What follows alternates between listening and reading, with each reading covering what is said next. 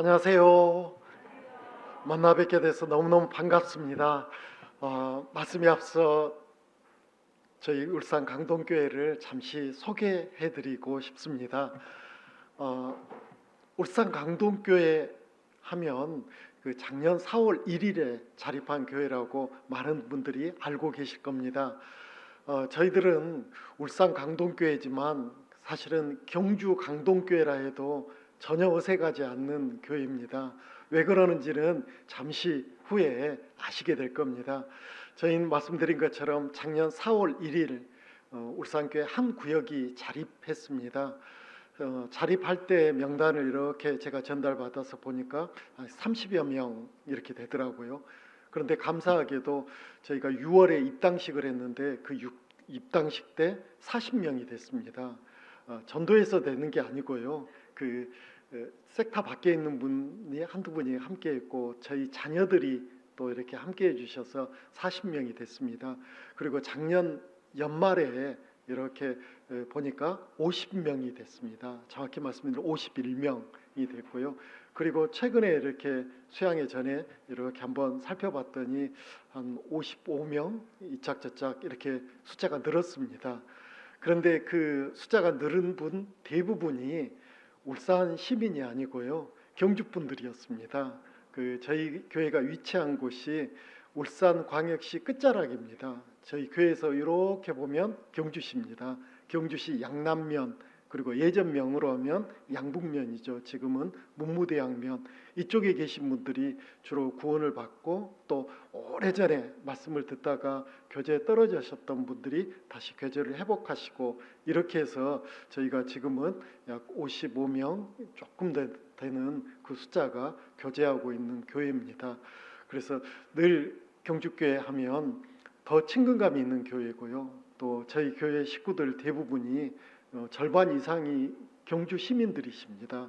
그래서 그냥 경주교회 한 부분이라고 이렇게 생각이 됩니다. 최근에 그 국가에서 무슨 소비 쿠폰 이렇게 주셨잖아요. 저희 식구들이 저희 교회 근처에서는 대부분 사용을 못합니다. 예, 저쪽 집 근처에서 사용할 수 있는 쿠폰이다 보니까요. 그래서 그런 교회라고 기억해 주시고 저희 울산 강동교회를 위해서 한 마음으로 기도해 주시면 너무너무 감사하겠습니다. 기도로 시작하도록 하겠습니다. 언제나 변함없이 우리를 사랑하여 주시고 날마다 주님의 은혜로 살게 해주신 하나님 참으로 감사합니다. 무더운 이 여름에 학예 수양회 올해도 허락해 주시고 오늘까지 학예 수양회가 은혜 가운데 잘 마칠 수 있게 모든 것 살펴주시니 이 또한 감사드립니다. 이번 수양회를 통해 구원받은 주의 귀한 자녀들, 더욱더 주의 몸된 교회 안에서 믿음이 성장하고 그 뿌리가 든든히 세워질 수 있도록 주께서 도와주시기를 간절히 기도합니다.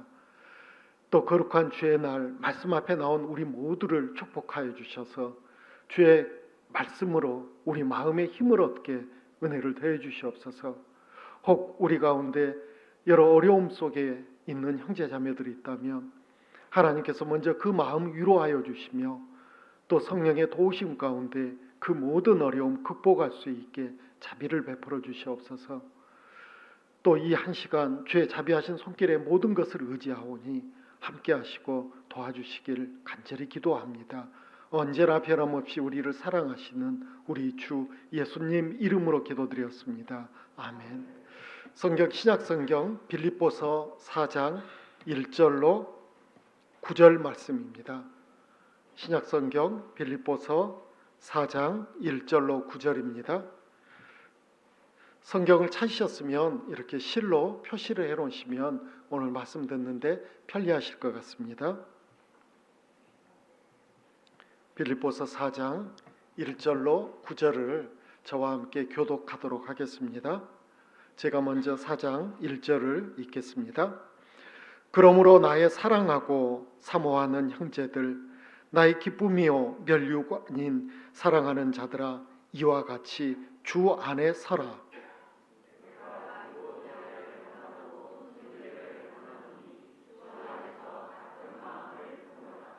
또 참으로 나와 멍에를 같이 한 자 내게 구하노니 복음에 나와 함께 힘쓰던 저 부녀들을 돕고 또한 클레멘도와 그 외 나의 동역자들을 도우라. 그 이름들이 생명책에 있느니라.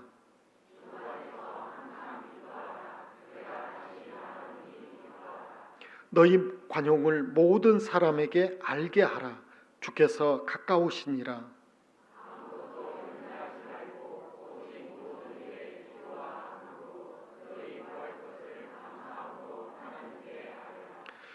그리하면 모든 지각에 뛰어난 하나님의 평강이 그리스도 예수 안에서 너희 마음과 생각을 지키시리라.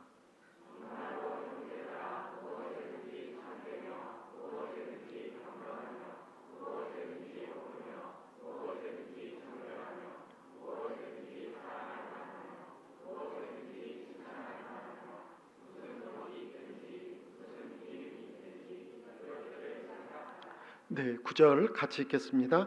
너희는 내게 배우고 받고 듣고 본 바를 행하라. 그리하면 평강의 하나님이 너희와 함께 계시리라. 네, 오늘은 특별한 날인 것 같습니다. 2025년 학예 수양의 그 7차 마지막 날이거든요. 아마 이 시간 수양관에서는 마무리하고 또 각 처소로 돌아갈 준비하고 있는 그런 시간일 겁니다. 오늘 이 빌립보서 4장 1절로 10절 말씀을 통해서 사도 바울이 구원받은 그리스도인들에게 신앙생활에 아주 중요한 권면을 해주신 그 말씀으로 함께 나누고자 합니다. 정말 그리스도인들에게 바울은 어떤 마음을 가졌을까? 아시는 것처럼 이 빌립보서는 바울은 감옥에 갇혀 있는 상황이거든요. 감옥에 갇혀 있다라는 게 사실은 즐거운 그런 곳은 아니잖아요. 너무나 힘들고 어렵고 낙담되고 또 원망하는 마음도 사실은 올라올 수 있는 그런 상황, 그리고 언제 죽을지 모르는 두려움도 있는 그 상황 가운데 바울이 빌립보 형제 자매들을 생각하면서 보낸 편지가 빌립보서입니다. 바울에게 그 빌립보 형제 자매를 생각하면 어떤 마음이 제일 먼저 떠올랐을까요? 아마 감사하는 마음이었을 것 같습니다. 왜냐하면 감옥에 지금 갇혀 있는 상황 가운데 바울을 이렇게 물심양면으로 후원하고 또 바울을 위해서 직접적으로 기도하며 또 도와주는 사람들이 아무도 없어요. 찾아보니까 딱 빌립보 형제 자매들이 바울을 위해서 정말 이렇게 돕고 있거든요. 그걸 생각하니까 바울은 당연히 감사하는 마음이 있겠죠. 그리고 그 감사하는 마음이 물론 육신적인 어떤 도움을 줘서 감사하는 것보다는 바울의 마음에 큰 근심이 있었는데, 감옥에 있는 상황 가운데 근심이요. 그 근심은 내가 감옥에 갇혀 있으니까 복음을 전할 수 있는 기회가 없어서 복음이 전해지지 않는다면 이보다 더 큰 고통은 없거든요. 그런데 놀랍게도 바울을 면회하던 빌립보 형제 자매들이 이제 소식을 전해주는데요. 바울은 비록 감옥에 갇혀 있지만 구원받는 사람들이 계속 있다라는 거예요. 그게 바울에게 너무 큰 기쁨이었고 또 그 소식을 듣는 바울은 그들을 사랑하지 않을 수가 없었죠. 그래서 바울이 그들을 얼만큼 사랑했는지 여기 실로 잡아놓으시고요. 빌립보서 1장 8절을 보겠습니다. 앞으로 넘기셔서 빌립보서 1장 8절에 바울은 이렇게 그들에게 말하고 있습니다. 내가 예수 그리스도의 심장으로 너희 무리를 어떻게 사모하는지 하나님이 내 증인이시니라 하겠습니다. 바울이 그들을 사랑하는데 어떤 마음으로 사랑하냐면요, 그리스도 예수님의 그 심장, 그 심장이라는 것은 이렇게 뛰는 이 심장을 말하는 건 결코 아니겠죠. 사랑이죠. 예수님이 바울을 사랑하고 또 세상 모든 사람을 사랑한 그 사랑, 아주 특별한 사랑이죠. 그 사랑을 바울이 입었기 때문에 나도 비록 감옥에 갇혀 있지만 너희를 이렇게 사랑한다라는 거죠. 어쩌면 바울은 오늘 이 자리에 만약에 서 있을 수 있다면 우리 경주교회 형제 자매들에게도 동일한 마음일 것 같습니다. 바울은 정말 우리를 사랑하거든요. 먼저 그 사랑을 입었기 때문에, 그리고 우리 형제님 자매님 한 분 한 분을 생각할 때마다 내가 받은 사랑을 동일하게 같이 받았잖아요. 이번 학예 수양회를 통해서 구원받으신 분도 계실 것이고 또 이번 학예 수양회를 통해서 내가 받은 구원이 어떤 구원인지 다시 한번 깨달은 분도 이 자리에 계실 것이고, 사연은 어떻든 간에 이 자리에 우리가 함께 할 수 있는 이유는 딱 한 가지입니다. 예수님의 그 보혈로 우리가 구원을 받았기 때문에 이 무더운 날 에어컨 바람이 있는 시원한 그 안방을 박차고 나와서 이 자리에 앉아 있는 거 아니겠습니까? 우리가 동일한 사랑을 받은 형제 자매로서 이제 어떤 신앙생활을 해야 될지, 바울이 우리에게 어떤 것을 권면해 줄지 생각해 보면서 오늘 한 시간 함께 했으면 감사하겠습니다. 실로 잡아놓으신 다시 빌립보서 4장 1절을 제가 천천히 다시 읽겠습니다. 그러므로 나의 사랑하고 사모하는 형제들, 사랑할 뿐만 아니고 사모하죠. 지금 감옥에 갇혀 있기 때문에 보고 싶어도 볼 수 없는 그들을 정말 사모하는 바울의 마음, 그 형제들, 나의 기쁨이요 면류관인 사랑하는 자들아 이와 같이 주 안에 서라라고 했습니다. 정말 바울은 그 형제 자매들을 생각할 때마다 먼저 권면해 주는 첫 번째가 주님 안에서 서 있어라, 주님 안에 서라라고 말씀하고 있습니다. 주 안에 선다라는 게 어떤 의미일까요? 또 바울이 이렇게 권면해 주는 그들을 바울은 나의 면류관이라고 이렇게 표현하고 있거든요. 면류관 하면 어떤 단어가 떠오르신가요? 저는 면류관 하면 송기정 옹이 생각납니다. 그 마라톤에서 우승을 하고 이렇게 시상대에서 면류관을 썼잖아요. 상급이죠. 영광이죠. 빌립보 형제 자매들을 생각할 때 바울은 어떤 마음이 드냐면 너희가 바로 나의 면류관이다, 나의 상급이고 나의 영광이다라는 거죠. 어디서요? 주님 앞에 갔을 때. 그렇게 바울은 먼저 그들을 생각하고 있거든요. 구원받은 그리스도인은 정말 존귀한 자, 귀한 자라고 합니다. 우리가 잘 아시는 시편 16편에도 성도는 존귀한 자니라는 표현들을 우린 익히들어 알고 있습니다. 정말 그리스도인 한 사람 한 사람을 이렇게 살펴보면 세상 기준으로 보면 존귀하다라고 부를 만한 게 사실은 별로 없는 것 같거든요. 보통 구원받은 분들 이렇게 구원 간증을 들어보면 내가 세상에서 떵떵거릴 때, 잘 나갈 때, 이럴 때 내가 구원을 받았습니다라고 표현하는 분들은 거의 없습니다. 대부분 구원 간증을 들어보면 나 같은 것이 어쩌다가 이렇게 표현하거든요. 나이 들고 힘 없어지고 재산 다 잃고 병 들고 마음에 큰 근심과 고통 가운데 있었을 때 이상하게 그 전에도 들어봤던 복음이 새롭게 들리는 거죠. 내가 교회 다닐 때 다 알고 있었어.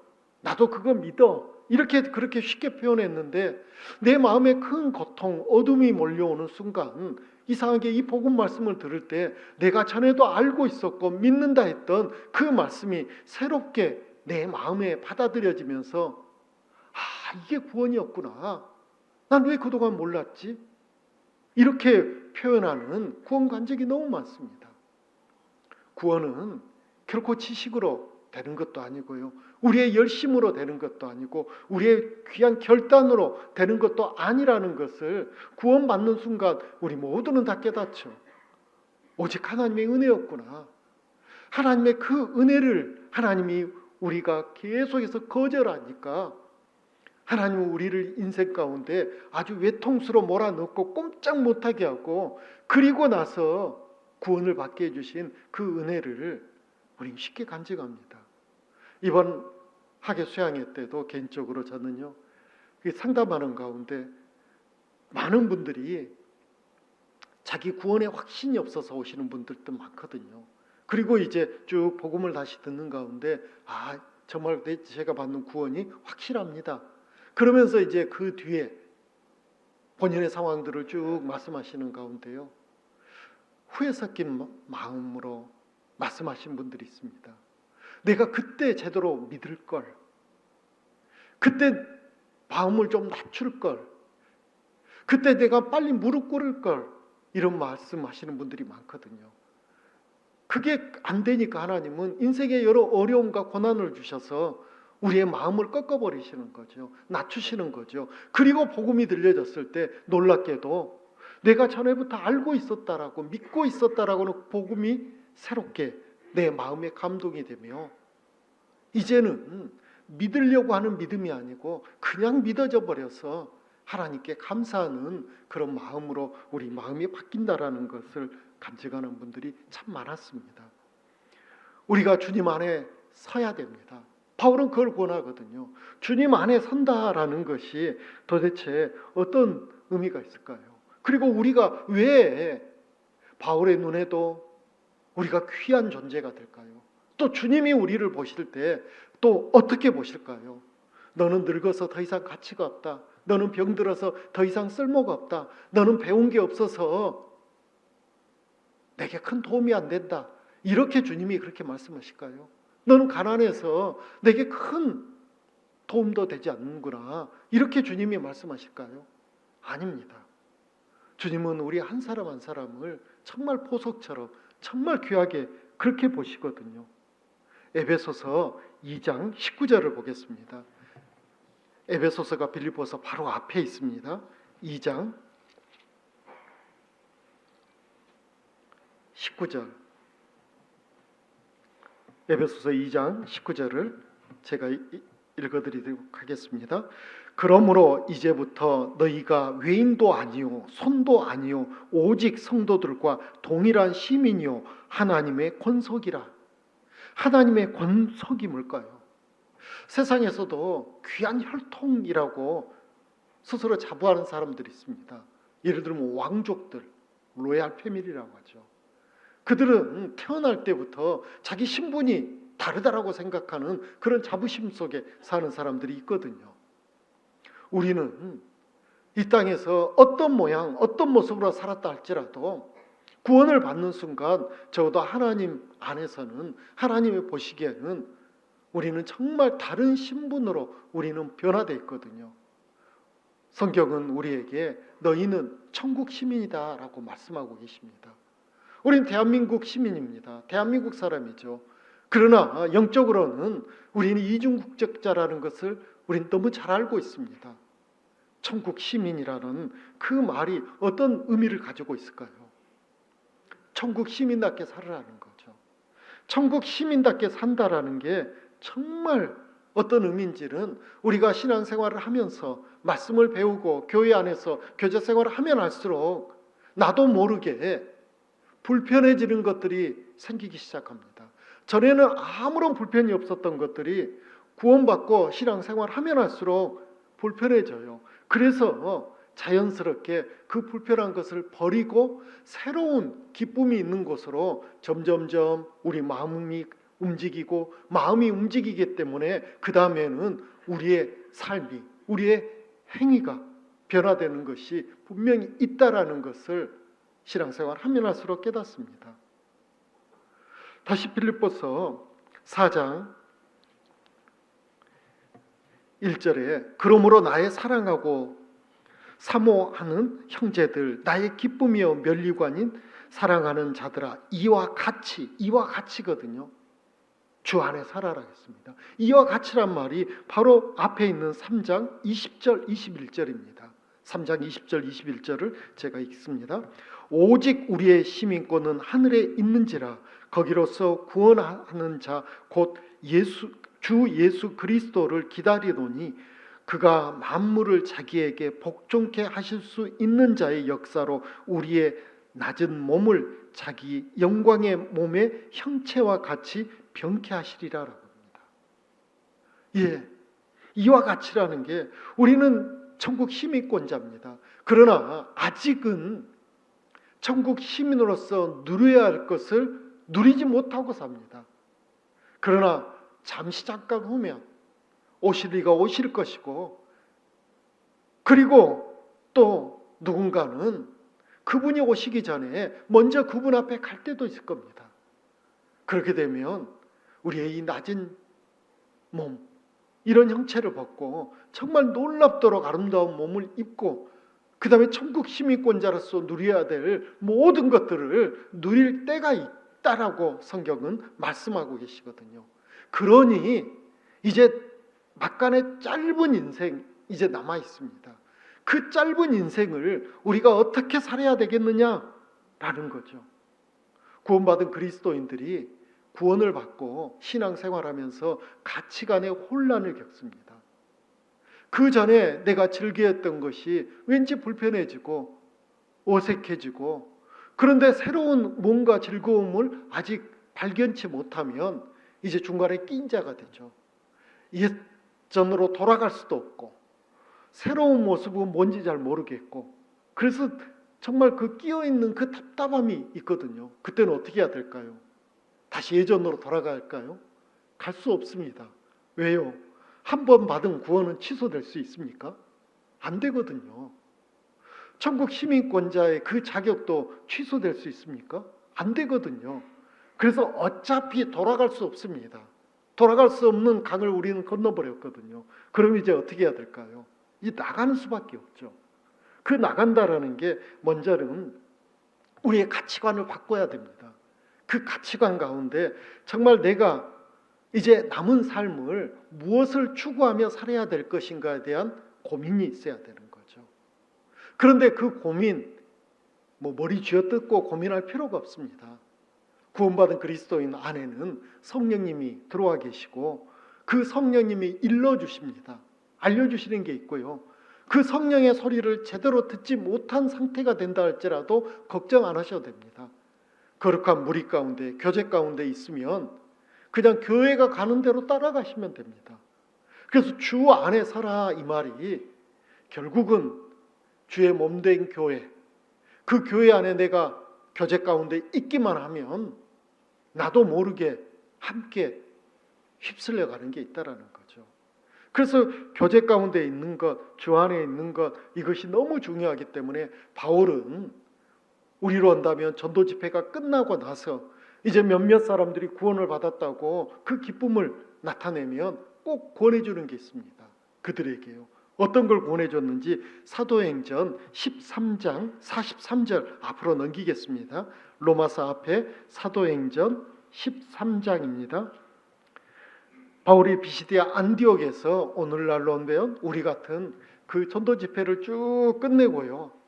이제 집회가 끝났습니다. 구원받은 사람들이 생겼습니다. 그들에게 권해준 겁니다. 43절에 패한 후에 유대인과 유대교에 입교한 경건한 사람들이 많이 바울과 바나바를 좇으니 두 사도가 더불어 말하고, 그 다음은 같이 읽도록 하겠습니다. 항상 하나님의 은혜 가운데 있으라 권하니라. 하나님의 은혜 가운데 항상 있으라고 권했습니다. 도대체 하나님 은혜 가운데 있는다라는 게 어떤 말인지 다른 표현으로 또 우리에게 알려주는 게 있거든요. 사도행전 11장 23절 앞으로 넘겨보겠습니다. 여기도 이제 집회가 끝나고 구원받은 사람들이 나타났을 때 그들에게 보내준 겁니다. 11장 23절 제가 읽겠습니다. 저가 이르러 하나님의 은혜를 보고 기뻐하여 모든 사람에게 굳은 마음으로, 그 다음 뭐라고 되어 있습니까? 주께 붙어 있으라 권하니. 주님께 붙어 있는다란 말이 예수님 손 잡고 예수님 바지가랑이 잡고 이런 게 아니죠. 지금 예수님은 하늘에 계시는데 어떻게 잡을 수 있겠습니까? 결국 이 말씀은 주님이 머리된 존재이시고 우리는 그 주님의 지체라고 자연스럽게 알게 됩니다. 결국 교회죠. 교회의 일원이 되어가지고 교회 안에 있으라는 거죠. 교회 구성원이 되고 교회의 모든 교제에 내가 몸을 그 자리에 두라는 겁니다.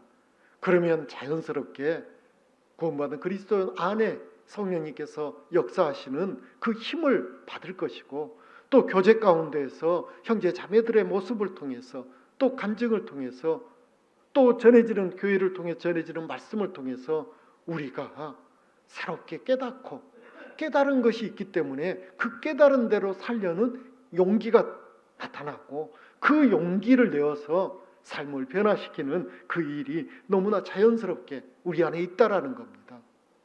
그래서 신앙생활을 잘해보겠다. 첫 번째는 뭘까요? 성경을 1년에 막 10독을 하겠다. 그게 잘한 걸까요? 전도를 1년에 한 30명, 50명 이렇게 전도하는 게 잘해보는 걸까요? 물론 그것도 잘하는 거죠. 그러나 먼저가 있고 그리고 나중에 있습니다. 먼저는 내가 교회 교제 가운데 있는지, 그 교제라는 게 너무나 간단합니다. 소식지에 나와 있는 모임들이 쭉 기록되어 있거든요. 그 모임 가운데 내가 몸을 두고 있는지, 마음은 있지만 이러저러 핑계대면서 몸을 두고 있지 않는다면 삶의 변화, 신앙의 성장, 주님 앞에 정말 떳떳한 모습, 이런 것들은 점점 멀어지게 된다는 것을 우리 너무나 잘 알고 있습니다. 그래서 이제 교회 안에, 교제 안에, 소식지에 나와 있는 모든 교제, 내가 함께 그곳에 있으면 좋죠. 그런데 문제가 있죠. 교회 안에, 교제 안에 있고 싶은데 마음에 기쁨이 있으면 더 적극적으로 교제에 함께 할 텐데, 교제에 나가서 기쁨을 얻지 못하고, 또 안타깝게도 어떤 분들은 내가 교제에 나가서 상처받았습니다, 이런 표현도 쓰시는 분도 있거든요. 왜 그럴까요?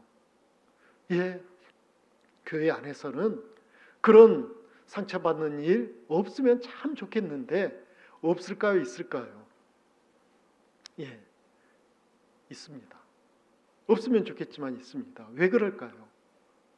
저도 처음에 구원받고 교회에 나오니까 너무 좋은 거예요. 형제자매들이 너무 저를, 제 이름이 참 좀 어려운 이름이거든요. 끝자리가 그 홍으로 기억하신 분도 봤고 영으로 기억하신 분도 있고, 근데 정확히 흥 하고 불러주시더라고요. 그래서 야, 이분들은 했는데 나중에 알게 됐죠. 제가 말씀 듣는 그 순간부터 저희 구역 식구들이, 또 저희 교회 식구들이 저를 위해서 정말 많은 분들이 기도해 주셨다. 그러니까 제 이름을 부르면서 기도해 주시니까 정말 제 이름이 익숙해졌고, 그렇게 분들이 제 주변에 있다라는 것을 정말 알게 됐습니다. 그리고 이제 교회에 나오니까 챙겨주시는 분도 정말 많고 인사해 주신 분도 많고 좋았습니다. 그런데 조금 시간이 지나니까 제 눈에 교회 안에 거친 모습이 보이기 시작한 거예요. 야, 저분이 구원을 받았는데 어떻게 저런 표현을 쓸 수 있을까? 저렇게 거친 표현을 쓸까? 어떤 분은 끝자리를 흘리면서 욕 비스무리한 것도 하시더라고요. 예. 그래서 어떻게 저런 말을 교제 안에서 하실 수 있을까? 근데 나중에 저도 문제가 돼가지고 어떤 분하고 쭉 교제를 했더니 그분이 그렇게 알려주시더라고요. 형제님, 교회는 천사가 모인 곳이 아니에요. 누가 모였습니까? 그랬더니 교회는 죄인이 모였대요. 어떤 죄인이 모였냐면 흉악한 죄인들이 모인 곳이 교회래요. 왜요? 흉악한 죄인이라는 것을 깨달은 사람만이 복음이 복음답게 깨달아지거든요. 자기가 거룩하고 착하게 생각하는 사람들은 구원받기가 쉽지 않거든요. 야, 나 같은 것이, 이런 표현들이 나오고, 정말 나는 지옥 밑창에 갈 죄인이었구나, 내가 그동안에 살았던 것, 착한 척했던 것, 이런 것들은 정말 가면을 쓰고 세상 가운데 내가 살았구나. 그런데 말씀 앞에 나와보니까 그 가면이 다 벗겨져 버린 거죠. 민낯이 드러난 겁니다. 그래서 예수님 앞에, 말씀 앞에 꼼짝 못하게 되는 그 상황 가운데 구원을 받은 사람들이 모여있다 보니까 죄인 중에서도 흉악한 죄인들이 모여있으니 이제 문제가 되는 거죠. 마음을 같이 하는 사람도 있지만 마음이 전혀 다른 사람도 우리 가운데 충분히 있을 수 있다는 거죠. 그래서 우리가 힘쓰고 애써야 될 게 있습니다. 실로 잡아놓으신 이제 빌립보서 4장 2절에 바울이 주 안에 살아, 교제 안에 들어와라, 그 다음에 해야 될 게 있다라는 거죠. 2절을 제가 또 읽겠습니다. 내가 요디아를 권하고 순두개를 권하노니 주 안에서, 뭐라고 되어 있습니까? 그 다음은 같은 마음을 품으라. 같은 마음을 품으라. 교제에 나오는 것도 중요하지만 그 다음에 신앙이 성장하기 위해서는 같은 마음을 품어야 되는데, 교제 가운데 마음 상할 일은 분명코 없으면 좋겠지만 있습니다.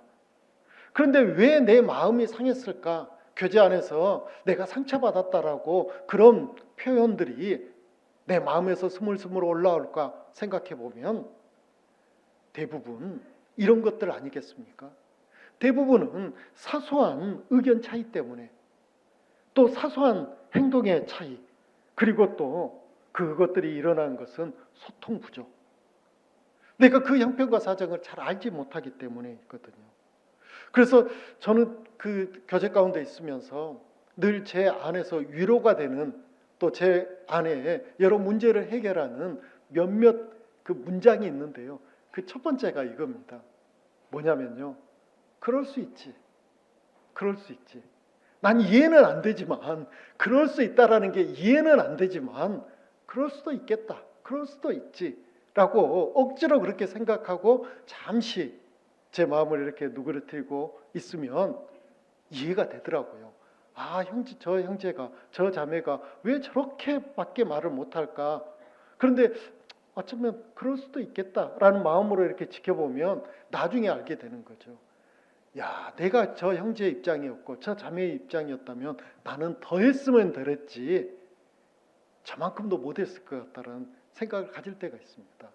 정말 제 고난 가운데, 핍박 가운데, 어려움 가운데 교제에 나와서 위로받지 못했을 때, 알아주지 못했을 때 나는 어떻게 표현했을까 생각하면 오히려 그분이 더 대단하다고 느껴질 때가 있거든요.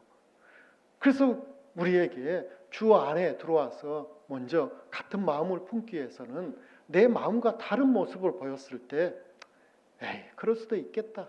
그럴 수도 있지. 라고 좀 그런 마음으로 조금만 더 마음을 넓히고 살펴보고 기다려주면 놀랍게도 아, 그렇구나 라는 것을 깨닫게 됩니다. 우리가 늘 실수하는 경우 또 교회 안에서 교제 가운데서 부끄러워지는 경우들이 있습니다. 상대의 말을 잘 듣지 않거든요. 그냥 내가 예단해가지고 이럴 거야 저럴 거야 이렇게 해서 나중에 부끄러워지는 경우들이 정말 있을 수 있거든요. 그래서 오해하는 경우들도 정말 있죠. 야고보서 1장 19절을 보겠습니다. 야고보서 뒤로 넘기셔서 히브리서 다음에 야고보서가 있습니다. 1장 19절입니다. 19절을 야고보서 1장 19절을 제가 읽겠습니다. 내 사랑하는 형제들아 너희가 알거니와 사람마다 듣기는 속히 하고 그 다음은 같이 읽겠습니다. 말하기는 더디하며 성내기도 더디하라. 예. 듣기는 속히 하죠. 그러나 말하는 것, 그 다음에 분을 내는 것은 한 번만 좀 참아주고 더디하면 정말 나중에 우리의 부끄러움을 많이 벗어나게 해주는 것이 여기에 지혜가 있다라고 생각됩니다. 우리가 정말 그 교제 안에서 마음 상했을 때 대부분은 우리 귀에 들리는 말 때문이거든요. 그리고 그 말을 듣고 나서 말씀을 묵상해야 되는데 내 마음에 상처 주는 말을 곱씹고 곱씹을 때가 있습니다. 그때 또 들려오는 소리가 있습니다. 마귀의 소리. 마귀는 늘 내 편 같은 마음의 소리를 들려주거든요. 야, 너 억울하지? 너 분이 나지? 야, 교회 안에서 저 형제 저 자매가 어떻게 저런 말을 할 수 있어? 이러면서 내 편 드는 것처럼 이렇게 마음을 주는데요. 어쩌면 그게 마귀의 속삭임이라는 거죠. 마귀는 어쨌든 그 마음을 줘서 위로하는 것 같이 해가지고 결론적으로는 우리를 교제에서 멀어지게 해버리거든요. 교제에서 멀어지면 이제 하나님의 신령한 은혜를 공급받지 못하기 때문에 그 다음에는 형편이 어떻게 될지 우리 너무나 잘 압니다. 나중 형편이 얼마나 고약한 형편으로 될지 우리는 너무나 잘 알거든요. 그래서 우리는 악마의 속삭임 거기서부터 우리는 벗어나야 됩니다. 야고보서를 찾아 놓으셨으니까 뒤로 넘겨서 3장 6절을 보겠습니다.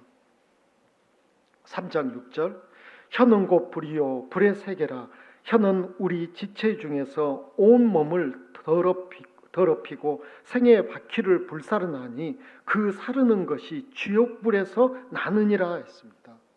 정말 우리가 말을 좀 정제된 말 하면 너무 좋겠는데 나도 모르게 이렇게 불쑥불쑥 거친 말이 나왔다면 우린 바로 하나님 앞에 직고해야죠. 하나님 잘못했습니다. 제가 또 말로 이렇게 실수를 했습니다. 다음에는 그런 실수하지 않게 저 좀 도와주세요라고 그런 마음으로 하나님 앞에 정직하게 고백하면 또 하나님은 또 다른 은혜를 우리에게 분명코 주실 것이 확실합니다. 우리 마음 가운데 악한 것을 쌓아놓으면 안 되거든요. 악한 것을 똘똘 뭉쳐놓으면 안 되거든요. 겨울에 눈이 옵니다. 그럼 어렸을 때 저는 눈이 오면 그냥 동네 강아지 마냥 너무 괜히 기분 좋아요. 막 동네를 뛰어다니거든요. 그러면서 꼭 하는 게 있습니다. 눈을 이렇게 뭉칩니다. 왜 뭉칠까요? 던지려고요? 아니요. 저 착합니다. 던지려고 뭉친 게 아니고요. 눈사람 만들려고요. 눈사람을 만들 때 잘 한번 생각해 보셔요. 눈 온 것을 이렇게 해가지고 눈사람이 만들어질까요? 아니거든요. 처음에는 눈을 꽁꽁 이렇게 뭉쳐야 됩니다. 그 뭉친 것을 굴리면 이제 커다란 눈사람이 되거든요. 그걸 이제 꼭 그 집 대문 앞에 이렇게 만들어 놓고 집에 들어갑니다. 점심도 먹고 이렇게 나와 보면 해가 뜨면 길에 있는 눈은 다 녹는데 녹아 없어졌는데 제가 꽁꽁 뭉쳐서 만들어 놓은 눈사람은 녹을까요? 안 녹을까요? 희한하게 안 녹더라고요. 왜 안 녹을까요? 눈을 뭉쳐놨으니까요. 안 녹더라고요. 우리 마음속에다가 미워하는 마음, 원망하는 마음 이런 것을 꼭꼭 뭉쳐놓으면 이게 잘 풀어질까요? 안 풀어질까요? 안 풀어져요. 부부싸움 할 때 엊그제 있는 일 가지고 부부싸움 하면 별 문제가 안 됩니다. 그런데 이제 5년 전, 10년 전, 20년 전 일을 꺼내놓거든요. 근데 희한해요. 안 잊어버린가 봐요. 20년 전에 신혼여행 갔다 와서 있었던 그 싸웠던 일을 20년 동안 똑같이 어제 일처럼 이야기하시는 분도 있거든요. 저희 집은 아닙니다. 어쨌든 그런 분도 있습니다. 왜 안 풀어질까? 뭉쳐놓은 거죠. 이게 문제거든요. 그래서 우리는 교제 안에서 뭉치지 말자라는 거죠. 정말 우리가 받은 복음 이런 것들은 돼도 되죠. 그런데 원망하는 것 이런 것들이 있다면 이러면 안 됩니다. 그냥 풀어버려야 되거든요.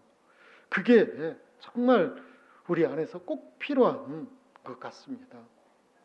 마음을 푸는 것이 들었던 말 가운데 내게 상처가 되고 이해 안 되는 것 있으면 그것을 이제 어떻게 해야 될지 뒤에 부분에 나옵니다. 하나님 앞에 돌려야 되거든요. 그리고 내 마음에 자꾸 쌓아놓지 말자. 그리고 이해는 안 되지만 저 같은 경우는 그럴 수도 있겠지라고 그냥 넘어가 버립니다. 그럴 수도 있겠지. 내가 몰라서 지금 이 상황이 이해되지 않을 뿐이야. 나중에 이해가 되면 와 맞아 그럴 수 있어. 나도 그럴 수 있었을 것 같아라고 나중에 그렇게 되면 마음에서 이렇게 뭉쳐지는 게 없이 훅 이렇게 풀어져 버리는 게 분명히 있는 것 같습니다. 자 다시 실로 잡아놓으신 빌립보서 4장 이제 같은 마음을 품고 이제 3절입니다. 또 참으로 나와 멍에를 같이 한 자 내게 구하노니 복음에 나와 함께 힘쓰던 저 부녀들을 돕고 또한 클레멘도와 그 외에 나의 동역자들을 뭐라고 되어 있습니까? 누구를 도우라고요? 예, 대답해 주셔서 감사합니다. 동역자들을 도우라라고 했습니다. 왜 도와야 되냐면요. 그 뒤에 또 같이 읽겠습니다. 그 이름들이 생명책에 있느니라. 자, 옆에 앉아 계신 분 한 번만 이렇게 쳐다봐 주십시오. 예, 이 땅에서도 함께할 분이지만 생명책에 그 이름이 있기 때문에 천국에서도 영원히 함께할 분들인데 천국에서 이 땅에 잠시 잠깐의 일들을 추억해 볼 때 동역자로 추억이 돼야 되는데 이 왼수 내 인생의 걸림돌 이렇게 추억이 되면 부끄러워지죠. 그리고 그 천국 입구에서 주님께 책망받을 수도 있습니다. 동역자들이거든요. 왜냐하면 하나님이 내가 얼마나 약한 줄 아시니까 내게 붙여준 분들이거든요. 동역자 하면 여기 있는 것처럼 멍에라는 게 나옵니다. 멍에는 누구든 지는 거 싫어합니다. 멍에 하면 저는 아주 어렸을 때요. 제 나이가 그렇게 많지는 않지만 그래도 조금은 되다 보니까 저희 시골 할아버지 집에 갔을 때 그때 할아버지가 쟁기질 했던 모습이 어렴풋하게 기억이 납니다. 소에다가 이렇게 망을 씌워가지고 쟁기질을 하는데요. 아주 산골 그 험한 밭은 소 2마리를 이렇게 쟁기질을 시키거든요. 근데 2마리가 속도가 다르면 전기질이 될까요? 안 됩니다. 그래서 성경에서도 집에서 키우는 소하고 들소하고 함께 결의를 맺으면 안 된다고 합니다. 일이 안 되거든요.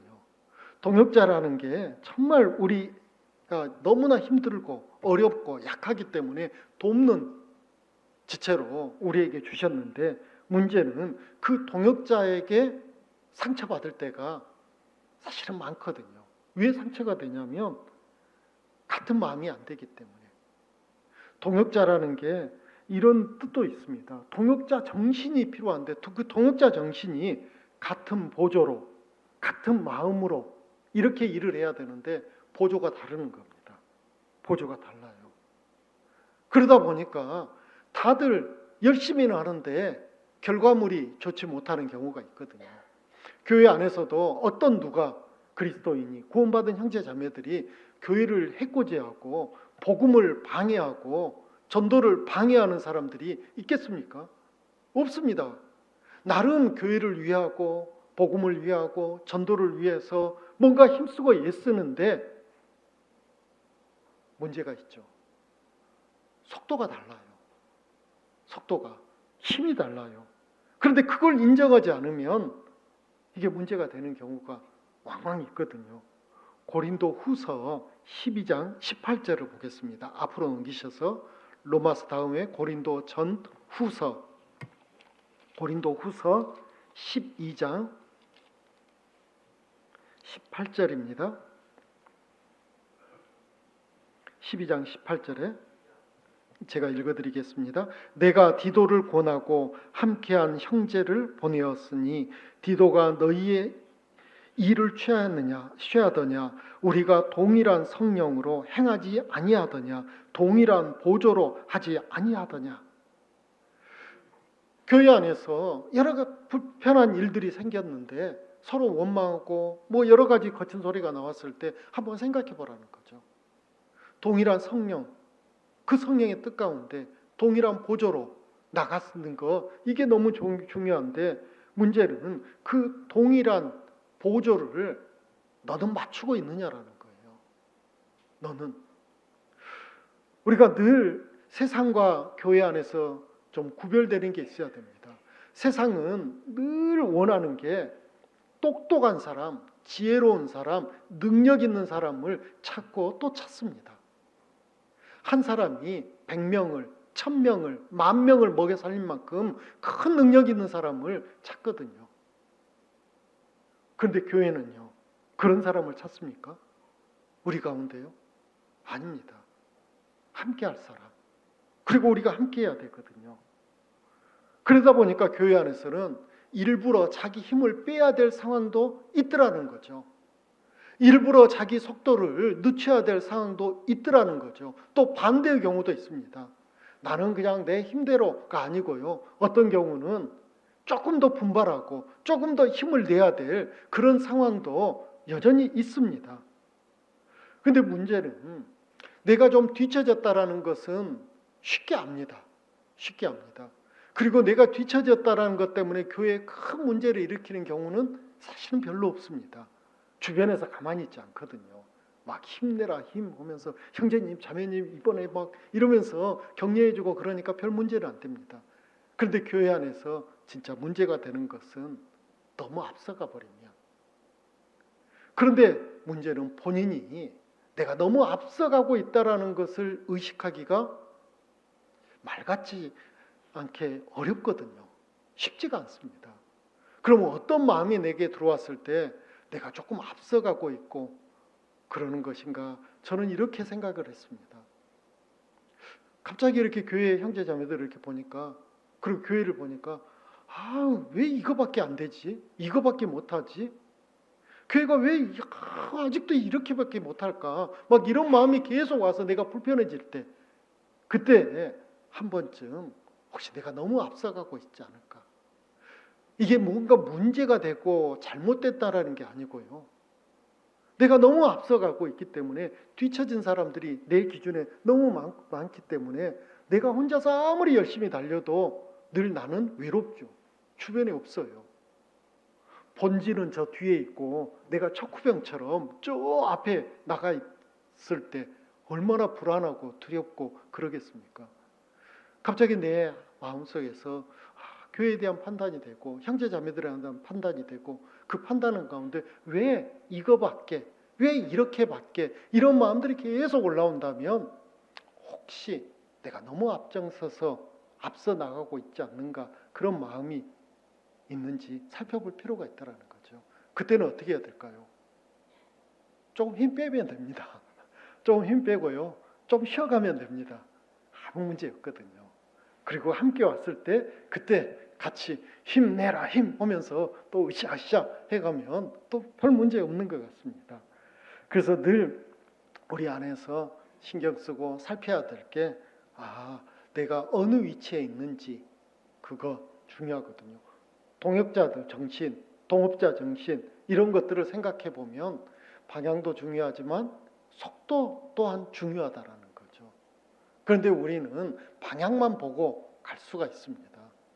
속도 조절이 안 되면 혼자서는 열심히 잘할 수 있지만 함께하지 못하기 때문에 결정적인 순간 마귀 앞에 우리가 무너져 버리고 넘어져 버릴 확률이 아주 높아지는 거죠.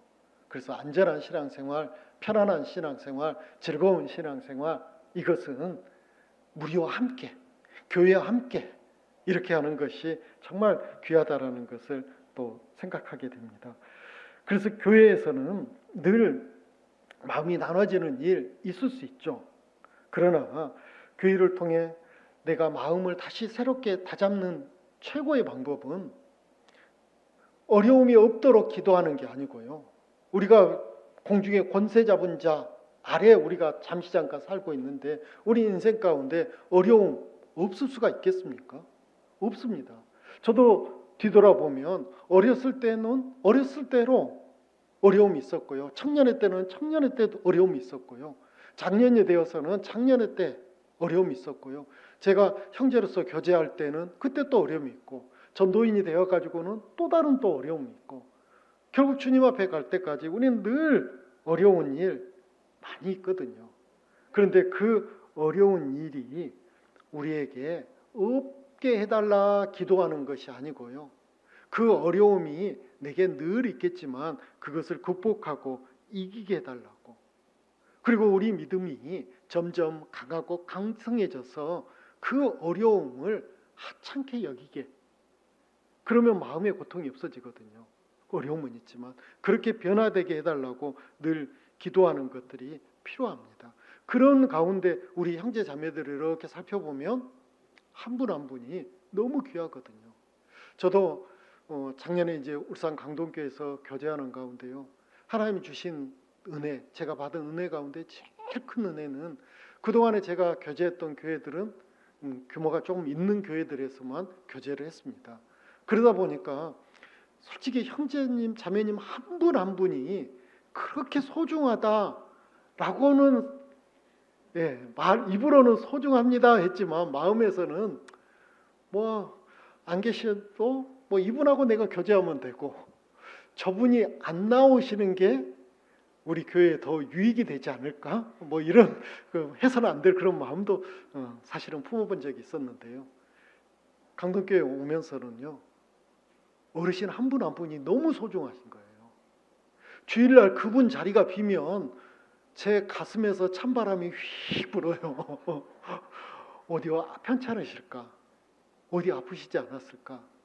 또 그 전에 다녔던 교회 사람들이 와가지고 이러네 저러네 해가지고 마음이 흔들리진 않으셨을까?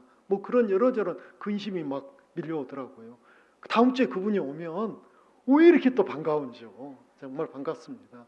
한 분 한 분이 너무너무 소중하거든요. 그 마음을 주신 게 너무 감사합니다. 그 마음을 주신 게요. 우리가 그렇습니다. 그냥 열심히 없는 형제 자매로 보이는 그분도 사실은 살펴보면 구원받고 신앙생활하는 모습을 보면 놀라운 은혜가 그분 안에 있었고 그 은혜에 보답하는 마음으로 이러저런 모습으로 살아온 모습들이 분명히 있었거든요. 그게 너무 소중한 거죠. 그게 너무 귀한 겁니다. 누가복음 8장 1절로 3절을 보겠습니다. 앞으로 넘기셔서 누가복음, 복음이 전해질 때마다 보이지 않는 곳에서 수고한 손길들은 분명코 우리 가운데 있었습니다.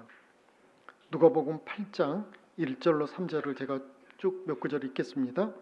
이후에 예수께서 각 성과 촌에 두루 다니시며 하나님의 나라를 반포하시며 그 복음을 전하실세 12 제자와 함께 하였고 또한 악귀를 쫓아내심과 병 고치심을 받은 어떤 여자들 곧 7 귀신이 나간 자 막달라인이라 하는 마리아와 또 헤롯의 청지기 구산나의 아내 요한나와 수산나와 다른 여러 여자가 함께하여 자기들의 소유로 저희를 섬겼더라라고 했습니다. 그 교회가 세워질 때마다 우린 기억합니다. 그 교회가 세워질 때 정말 보이지 않는 곳에서 물심양면으로 희생했던 그 귀한 손길들이 있었기 때문에 이런 교회가 세워지거든요. 개인적으로 제가 경주교회를 예전 교회당에 있을 때 설교를 한번 온 기억이 납니다. 그때는 운전하고 가다가 내가 길을 잘못 들었나? 이런 마음으로 여기 교회가 있을까? 이런 마음으로 왔던 그 교회당이 기억나는데요. 오늘 오면서 깜짝 놀랐습니다. 그 교회당이 기억해서 사라질 정도로 너무 아름답고 너무 예쁘고 너무 웅장하고 이런 교회당을 보면서 이 교회당이 그냥 세워지진 않았을 텐데 누군가가 아니죠. 우리 경주교회 형제 자매님들의 그 소중한 물질이 바쳐졌고 시간과 노력이 바쳐졌고 그런 그 희생을 통해서 이 아름다운 교회당이 세워지고 또 이런 모습을 갖췄다라는 것은 의심할 여지가 없는 거죠. 초대교회 때도 복음이 전해질 때 예수님의 복음을 전할 때 누군가는 뒤에서 조용히 식사 준비를 하고 누군가는 그 집을 개방하고 그리고 교제해주고 이런 희생들이 있었기 때문에 복음이 전해졌다는 것을 우리는 압니다. 우리가 늘 신앙이 어렸을 때는 받는 데 익숙하죠. 챙김을 받아야지만 이 교회는 사랑이 있는 교회, 자기를 조금만 좀 챙겨주는 게 소홀하면 이 교회는 사랑이 없어. 다른 교회로 차라리 나갈까? 뭐 이런 여기는 안 계시겠지만 그럴 수 있죠. 신앙이 어렸을 때 받는 데 익숙합니다. 우리 아이들이 태어나면 부모에게 받는 게 너무 익숙하잖아요. 그러나 그 주었을 때 받는 것만 잘 받아도 주는 사람에게 큰 기쁨이 되죠. 그리고 신앙이 성장하면 이제 받는 데 익숙했던 분들이 놀랍게도 이제 주는 데 익숙해지고 주면서 마음의 기쁨이 더 새록새록 올라오는 게 있거든요. 바울이 이제 복음을 전하면서 교회가 세워지고 다른 지역으로 갈 때 이제 교회의 일꾼들을 불러가지고 마지막 고별 설교를 하는 가운데에도 이렇게 권면해줬습니다. 사도행전 20장 35절입니다. 뒤로 넘기셔서 사도행전 20장입니다. 사도행전 20장 35절입니다. 35절 제가 읽겠습니다. 범사에 너희에게 본을 보였노니 곧 이같이 수고하여 약한 사람들을 돕고 또 주 예수의 친히 말씀하신 바 그 다음은 같이 읽겠습니다. 주는 것이 받는 것보다 복이 있다 하심을 기억하여야 할지니라. 어떤 게 더 복이 있다고요? 주는 것이 받는 것보다 더 복이 있습니다. 우리 형제 자매님들은 복 받고 싶으시죠? 그러려면 어떻게 해야 됩니까? 많이 나눠주십시오. 물질만 아니고요, 내 마음도 그리고 내 기도도 이렇게 나눠주시면 틀림없이 복이 있을 겁니다. 다시 또 실로 잡아놓으신 빌립보서 4장 이번엔 4절입니다. 4장 4절 빌립보서 4장 4절을 제가 읽겠습니다. 주 안에서 항상 기뻐하라. 내가 다시 말하노니 기뻐하라. 이렇게 말씀하십니다. 항상 기뻐하라 라고 명령하시는데요. 이거 정말 쉽지 않죠. 항상 어떻게 우리가 기뻐할 수 있습니까? 더군다나 지금 이 바울은 감옥 안에 갇혀 있는 상황인데 제가 만약에 감옥에 갇혀 있다면 이렇게 말할 수 있을까? 사실 잘 못할 것 같아요. 그런데 항상 기뻐하라는 게 바울은 그 마음의 기쁨이 사실 있었거든요. 육신적으로는 여러 어려움 속에 있었지만 마음의 기쁨이 있었기 때문에, 그리고 그 기쁨을 바울은 맛보았기 때문에, 날마다 맛보기 때문에 살아가는 빌립보 형제 자매들에게 너희도 날마다 이렇게 나처럼 기뻐하라라고 권면해 줄 수 있습니다. 빌립보서 핵심 주제가 기쁨이라는 것을 우리는 말씀을 통해서 익숙히 알고 있습니다. 감옥에 갇혀 있어도 병들어도 마음의 기쁨을 유지할 수 있는 것은 어떤 것일까요? 무엇 때문일까요? 기뻐할 수 있는 이유를 찾아보라면 모든 그리스도인은 첫 번째 이렇게 말하죠. 다 구원받았잖아요. 구원받았잖아요. 그 구원받았다라는 그 의미 가운데는 나 지옥 안 가잖아요. 지옥 안 가잖아요. 정말 그 지옥의 고통이 얼마나 큰 고통인지 우린 상상할 수 없습니다. 그러나 하나님이 이 땅에 살면서도 천국의 기쁨도 맛배기로 잠시 맛보여 주신 게 있죠. 지옥의 고통도 맛보여 주시는 게 있습니다. 천국의 기쁨, 사랑하는 가족들 생각하면 아이가 태어났을 때, 또 저 같은 경우는 손자가 태어났을 때 여기 손자를 보고 있으면 그냥 기뻐요. 그냥 뭐 이유가 없이요. 그런 기쁨은 세상 어느 곳에서 맛볼 수 없는 기쁨이거든요. 또 전도해서 가지고 어떤 분이 구원받았다라는 소식만 들어도 정말 그 놀라운 기쁨이 있잖아요. 또 정말 근심이 되는 형제 자매들이 어느 날 모두회 때 정말 의젓한 신앙 간증을 했을 때 우리에게 너무나 큰 기쁨이 있거든요. 그런 기쁨, 천국의 기쁨 맛보여 주셨는데요. 지옥의 고통도 우리 삶 가운데 있거든요. 병들었을 때 정말 그 진통제 없이는 못 견딜 만큼의 통증이 왔을 때 지옥을 생각합니다. 그래도 거기보다는 낫겠지. 그게 위로가 되거든요. 이번 수양회 때도 CRPS라는 병을 앓고 계시는 분을 상담한 적이 있습니다. 온몸에 팔뚝에 그 주사 자국이, 정말 그 마약성 진통제 없이는 하루도 참을 수 없는 그분의 그 고통을 제가 어떻게 느낄 수는 없지만 모습 가운데 볼 수 있거든요. 그런데 놀랍게도 구원을 받은 분이라 그 통증 앞에서도 한 말씀, 똑같은 말씀을 하시더라고요. 괜찮아요. 괜찮아요. 정말 많은 분들이 그 임종 직전이랄지 중환자실에서 구원받은 그리스도인과 구원받지 못한 사람들의 큰 차이가 무엇일까 생각해 보면 이거더라고요. 괜찮아요. 통증이 있어도 괜찮아요. 죽음의 두려움이 찾아온다 해도 괜찮아요. 왜요? 소망이 있으니까요. 참 소망, 진짜 소망. 그리고 잠시 잠깐 후면 이 모든 고통이 이제 끊어질 거니까요. 그리고 영원한 기쁨 속에 내가 들어간다라는 그것이 우리의 모든 고통을, 우리의 모든 슬픔을 잊게 해주거든요. 그래서 기뻐하라. 왜요? 첫 번째는 나 구원받았잖아. 이게 정말 기쁨의 이유가 되고요. 그리고 두 번째는 여전히 힘들고 어려운 일이 있지만 내겐 소망이 있잖아. 이 땅의 소망이 아니고요. 잘 먹고 잘 살겠다. 영원히 오랫동안 이 땅에서 권세를 누리며 살겠다라는 그 소망이 아니고요. 하늘에 있는 소망, 천국 시민으로서 소망, 그 소망이 있기 때문에 나는 이 어려움 가운데도 눈물 흘릴 게 아니고 오히려 기뻐하자. 이런 마음이 우리에게 있는 것 같습니다. 그리고 진짜 기쁨은 제가 개인적으로 제가 느끼는 기쁨은 이 두 가지는 여기서 많이 생각되는 거고요. 여기서는 잘 안 될 때가 많거든요. 구원은 예전 일이 돼버렸고요. 소망은 정말 그 말씀 시간에나 정신 좀 번쩍 나래가지고 맞아, 내가 이걸 위해서 하는 거지 뭐 이러는데요. 막상 어려움 앞에서 눈물 흘릴 상황에서 그것보다는 진짜 제게 위로가 되고 기쁨이 되는 것은 이거였습니다. 뭔지 궁금하시죠? 뭐냐면요. 주님, 저와 함께하고 계시죠? 이거거든요. 제가 험한 소리 들을 때도 주님 저와 함께 하셨죠? 주님 알고 계시죠? 제가 정말 낭망되고 때로는 죄 가운데 넘어져서 너무 부끄러울 때도 주님 다 보고 계셨죠? 저와 함께 하셨죠? 그러면 주님이 뭐라고 대답하실까요? 나 너 몰라.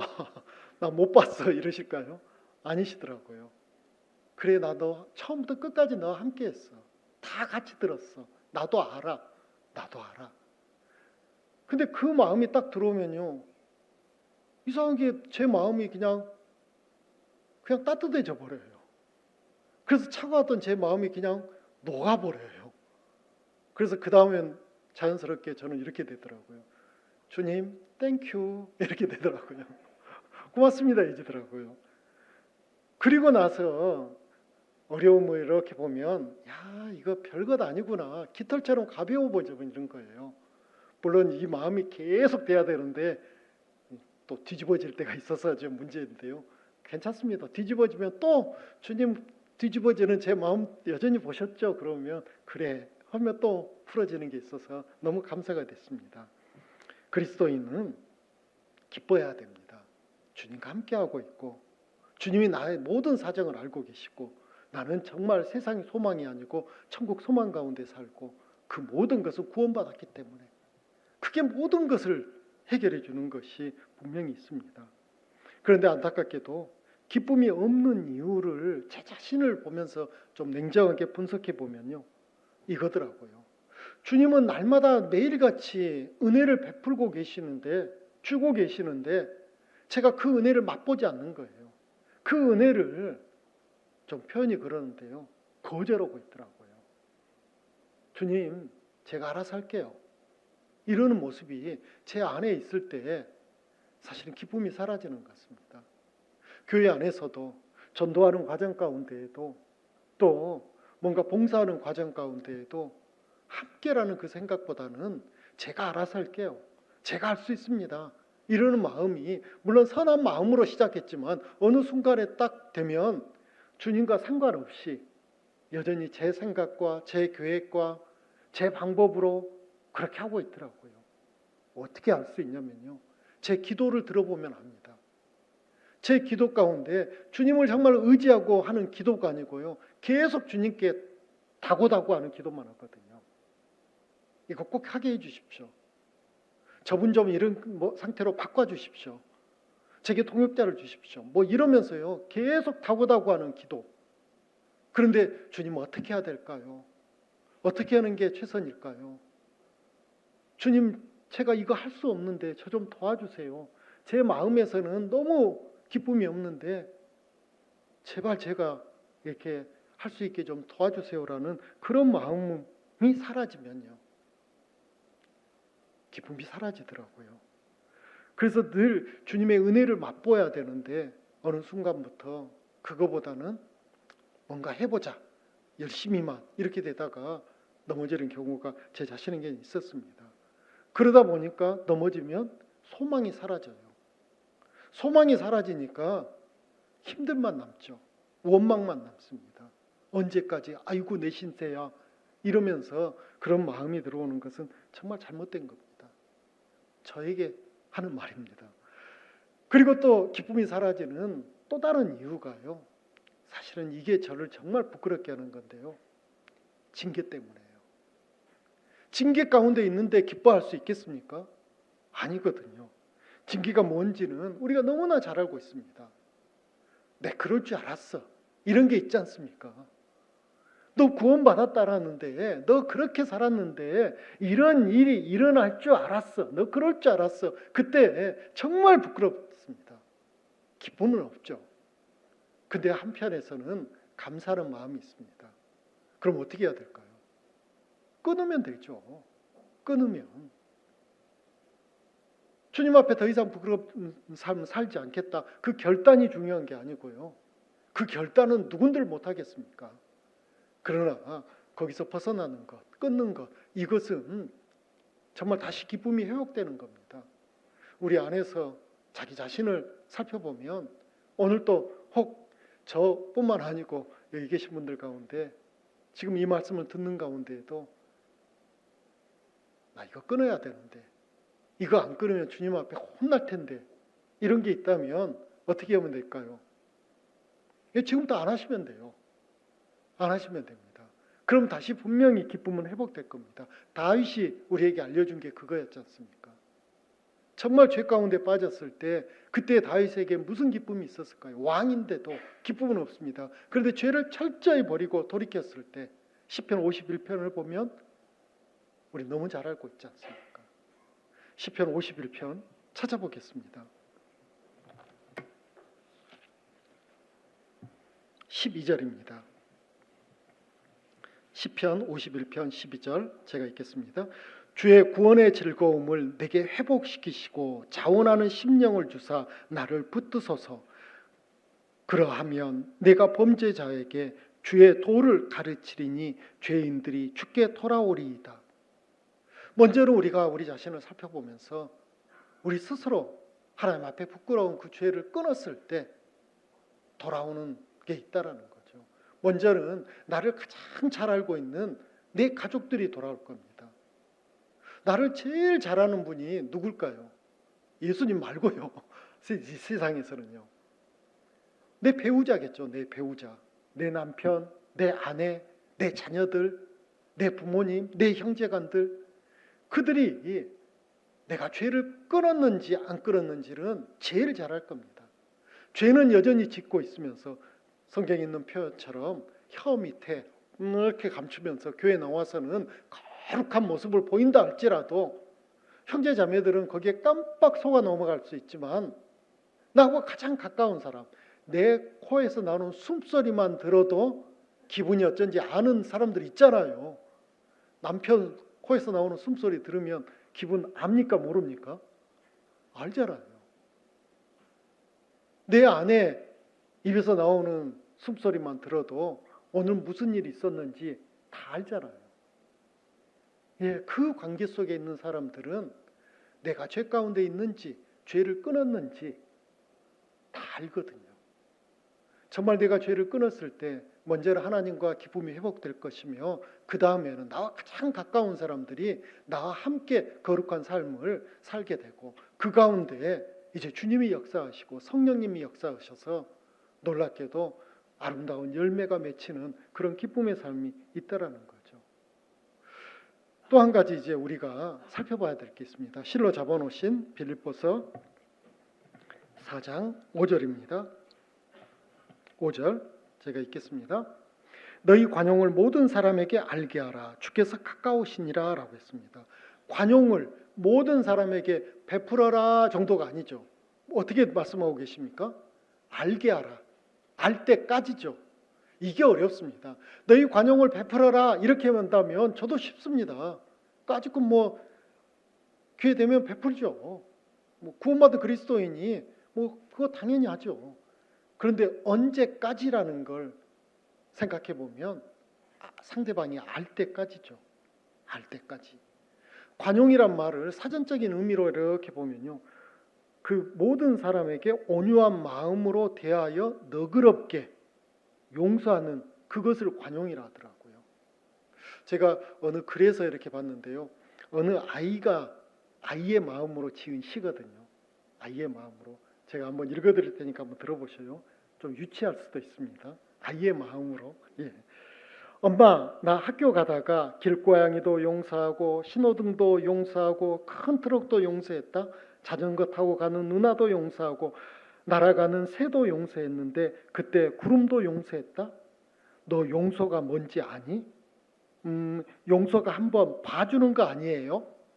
그겁니다. 용서가 그냥 한번 봐주는 거예요. 봐주는 거. 한번 봐주는 거죠. 정말 그 봐준다라는 게 사전을 찾아보니까요. 남의 입장이 되어가지고 그 상대방의 입장이 되어가지고 이해하려는 그 마음으로 너그럽게 이렇게 하는 게 봐주는 거더라고요. 아직 한번 봐주시죠. 누구를요? 내 마음을 불편하게 한 사람. 그 사람이 누굽니까? 먼저는 내 가족, 그 다음에 우리 교회 식구들, 그 다음에는 우리 동네 식구들, 동네 사람들, 이런 분들 까짓거 그냥 한번 봐주죠. 봐주는 것은 힘 있는 사람이 봐주는 거지 힘 없는 사람은 봐줄 수가 없거든요. 우리는 힘 있는 사람이잖아요. 우리는 천국 시민이잖아요. 하나님의 자녀이고 하나님의 권속이잖아요. 아유, 그 사람들 좀 봐주죠. 뭐. 예. 그런 마음으로 봐주신다면 정말 우리의 관용을 그들이 알게 될 겁니다. 언제까지요? 알아줄 때까지. 왜요? 성경은 말씀하십니다. 주님 오실 날이 가깝기 때문에, 주님 오실 날이 가깝기 때문에 우리가 관용을 베풀어야 되는 것뿐만 아니고 우리가 관용을 베풀고 있다는 것을 그들이 감동할 때까지죠. 그들이 마음에서 감동이 되면 우리가 전하는 복음이 이제 힘을 얻게 됩니다. 힘을 얻게 됩니다. 전에 어떤 형제님의 간증이 기억납니다. 직장에서 직원들을 전도하려고 집회 때마다 전도지도 나눠주고 초대장도 보내고 한 명도 전도를 못했답니다. 그런데 어느 날 교회에서 자기 직장에 있는 동료를 만난 거예요. 그래서 반가운 마음에 반갑습니다. 여기 오셨네요 하고 손을 내밀었는데 그분이 손을 덥석 잡는 게 아니고 인도하신 분에게 저분도 이 교회 다녀요? 그리고 얼굴이 일그러지는 그 모습을 보고 이분이 너무나 큰 충격을 받았답니다. 도대체 내가 직장에서 어떤 모습으로 어떻게 살았길래 직장 사람이 내가 전도하는 것도 아니고 다른 분이 전도해가지고 어렵게 모시고 왔는데 저분이 여기 교회 다니냐고 그러면서 일그러진 얼굴을 보면서 자기의 모든 삶을 반성했답니다. 그리고 그 다음에는요, 이제 관용을 베풀기로 했답니다. 까칠했던 그 모습을 스스로 조금 부드럽게 하려고 했고 그냥 또 봐주는 것도 좀 생겼고 그렇게 했더니 놀랍게도 자기 부서에서 어떤 한 분이 같이 말씀 들으러 오게 됐다라는 그 간증을 하면서 이거구나. 우리가 관용을 베풀었을 때 우리가 전도하는 그 힘을 얻게 되는 것이지 내가 세상 사람들을 보기에도 내 가족들을 보기에도 까칠한 모습으로 있으면서 지옥을 이야기하고 천국을 이야기하고 예수 그리스도의 복음을 이야기해봤자 그들 귀에는 달리 들리겠구나라는 그 반성을 했다는 게 떠오릅니다. 우리는 정말 우리의 관용을 베풀어야 되는데요. 주께서 가깝기 때문에요. 그리고 이제 다시 6절을 보겠습니다. 6절에 아무것도 염려하지 말고 오직 모든 일에 기도와 간구로 너희 구할 것을 감사함으로 하나님께 아뢰라 했습니다. 모든 어려움 그런 것들을 없앨 수는 없지만 우리가 조금은 기도 가운데 옮겨버릴 수는 있거든요. 옮겨버릴 수 있습니다. 누구에게요? 주님께요. 주님이 우리의 모든 어려움을 옮겼을 때 주님이 거절하실까요? 오히려 기뻐하실 겁니다. 시편 69편 19절 말씀을 보겠습니다. 시편 69편입니다.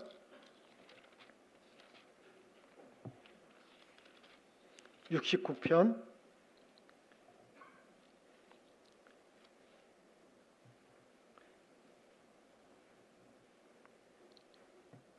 68편 19절입니다. 죄송합니다. 68편 19절. 예.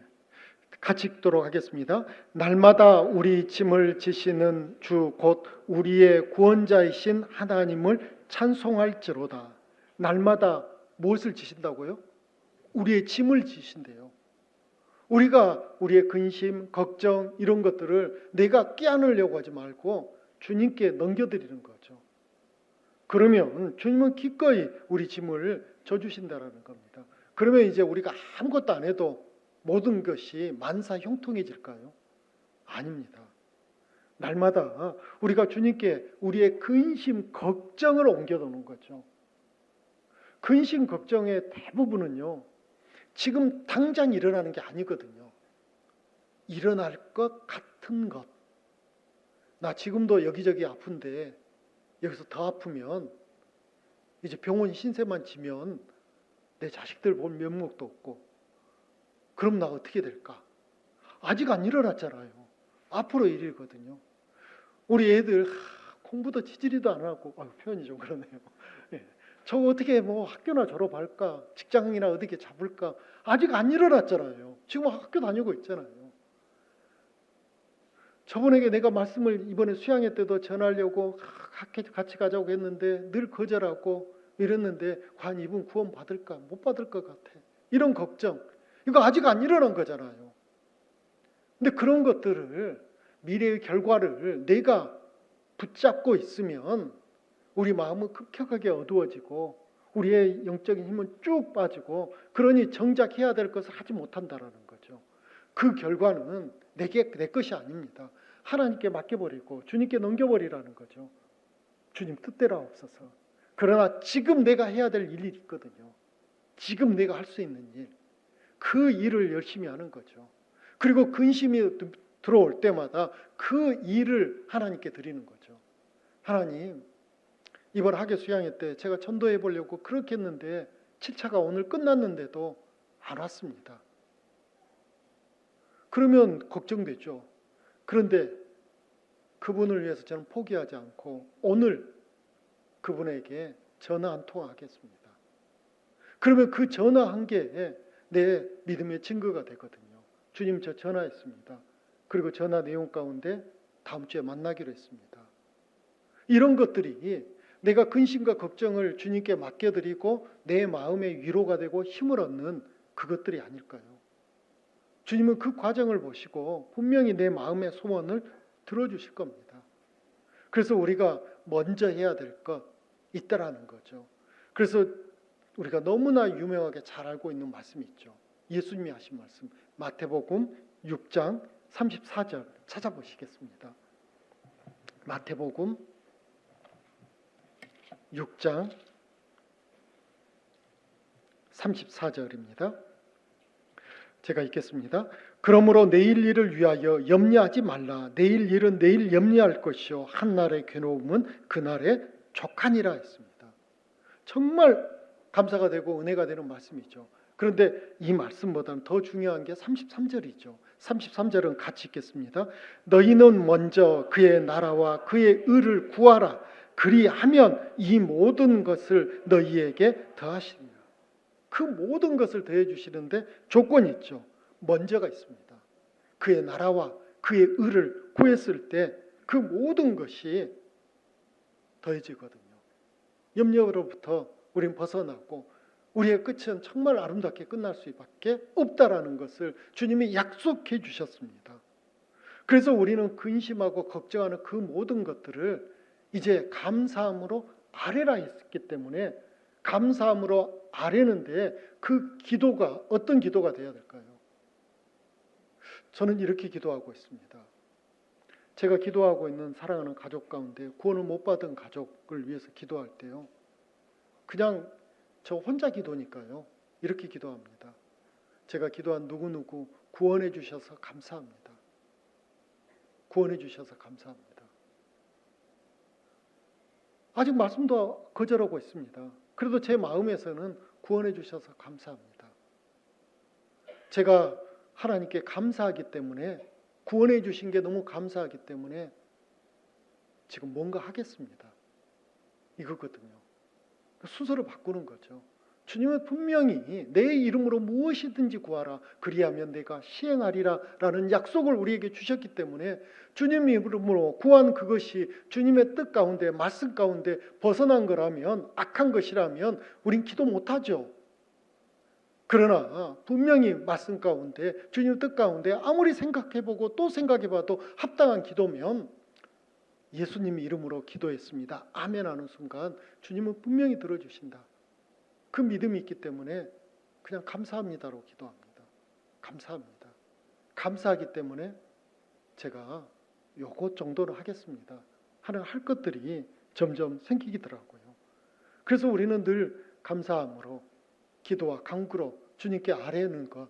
그럼 주님이 기뻐하시고 뭔가 이제 보답해 주시겠죠. 우리가 진짜 염려해야 될 것은 따로 있는 것 같아요. 진짜 염려해야 될 것. 그게 뭘까요? 누가복음 21장 34절을 보겠습니다. 누가복음 뒤로 넘기셔서 21장입니다. 21장 34절을 보겠습니다. 34절부터 제가 몇 구절을 읽겠습니다. 제가 읽습니다. 너희는 스스로 조심하라. 그렇지 않으면 방탕함과 술 취함과 생활의 염려로 마음이 둔하여지고 뜻밖의 그 날이 덕과 같이 너희에게 임하리라. 이 날은 온 지구상에 거하는 모든 사람에게 임하리라. 이러므로 너희는 장차 올 이 모든 일을 능히 피하고 인자 앞에 서도록 항상 기도하며 깨어 있으라 하시니라 라고 말씀하십니다. 정말 우리가 염려해야 될 것, 우리 마음이 어두워지고 염려 가운데 빠져가지고 정말 주님 앞에 합당치 못한 삶을 지금 살고 있으면서 거룩하고 선하고 의로운 것을 여전히 구하고 있는지를 살펴보며, 그런 게 있다면 진짜 염려할 게 바로 그 부분이라는 거죠. 그 지점을 염려하라는 겁니다. 그래서 빨리 벗어나라는 거죠. 그러면 하나님께서 그 모든 것을 우리에게 더해 주신다. 반드시 우리의 마음의 소원을 이루어 준다라는 것을 우리는 정말 마음에 의심치 않습니다. 벗어나야 됩니다. 한 말씀만 더 보겠습니다. 베드로 후서 2장 22절입니다. 뒤로 넘기셔서 관련된 말씀인데요. 베드로 후서 2장 22절입니다. 참 속담에 이르기를 개가 그 토하였던 것에 돌아가고 돼지가 씻었다가 더러운 구덩이에 도로 누웠다 하는 말이 저희에게 응하였도다 합니다. 구원받은 그리스도인들에게 주님이 요구하시는 것, 세상 사람들에게 요구한 것과 다를 겁니다. 개, 돼지가 더러운 것을 씻는 정도, 그게 아니고요. 개, 돼지가 양이 되기를 주님은 원하셨고, 우리는 어쩌면 개, 돼지 같은 그런 속성 가운데 살던 우리가 구원을 받음으로 깨끗한 양이 되어버렸거든요. 그러면 우리는 이제 깨끗한 양의 속성을 가지고 우린 살아야 되는 거죠. 그게 그리스도인의 정말 참 모습입니다. 이제 올 한 해도 수양회가 끝나고 나면 정말 얼마 남지 않는 것 같아요. 금방 이제 추계 수양회, 그 다음에 동계 수련회가 눈앞에 곧 다가옵니다. 그리고 2025년이 저물 겁니다. 세상 돌아가는 거 보면 정말 마지막 때라는 말을 우리가 입에 달고 삽니다. 그때 우리가 이 짧은 우리의 남은 인생을 어떻게 살아야 될지를 좀 더 생각해 보면 명확해지는 것 같습니다. 천국 시민권자로서 하나님의 권석답게 주님의 영광을 위해서 주님 만나 배울 때 적어도 부끄럽지 않는 그런 모습으로 주님 만나기를 사모하는 우리 모두가 되기를 간절히 소망합니다. 기도하고 마치겠습니다. 살아 역사하시는 아버지 하나님 감사합니다. 죄악 가운데 살다 죄를 물마신같이 지으며 영원한 지옥 형벌이 우리의 당연한 인생이었는데, 하나님께서는 우리를 아무 조건 없이 사랑하여 주시고 예수 그리스도의 그 십자가의 보혈로 우리의 모든 죄를 용서하시며 이제 구원받은 주의 자녀들 삼아주시고 주의 자녀로서 마땅한 삶 살아갈 수 있는 소중한 교회를 통해 날마다 허락해 주시니 감사합니다. 우리 모두 주님 만나 배울 때까지 점도 흠도 없이 기쁨 가운데 주님을 만나 배울 수 있도록 우리의 삶 주께서 더욱더 지켜주시고 선한 손으로 이끌어 주시기를 간절히 기도합니다. 올 한 해가 가기 전에 사랑하는 우리 가족들 가운데 구원받지 못한 가족들이 주 예수를 믿으라 그리하면 너와 내 집이 구원을 얻으리라는 주의 약속의 말씀이 이루어질 수 있도록 은혜를 베풀어 주시기를 간절히 기도합니다. 또 우리의 변화된 삶, 하나님께 기쁨을 드리는 삶을 통해 우리가 주님 만나 배울 때 기쁨의 상을 받을 수 있도록 주님 도와주시옵소서. 이 시간 이후에 우리의 모든 삶도 주의 자비하신 손길에 의지합니다. 함께 하시고 도와주시옵소서. 언제나 변함없이 우리를 사랑하시는 우리 주 예수님 이름으로 기도드렸습니다. 아멘. 함께 찬송하시겠습니다. 찬송가 489장입니다. 489장 찬송하시겠습니다.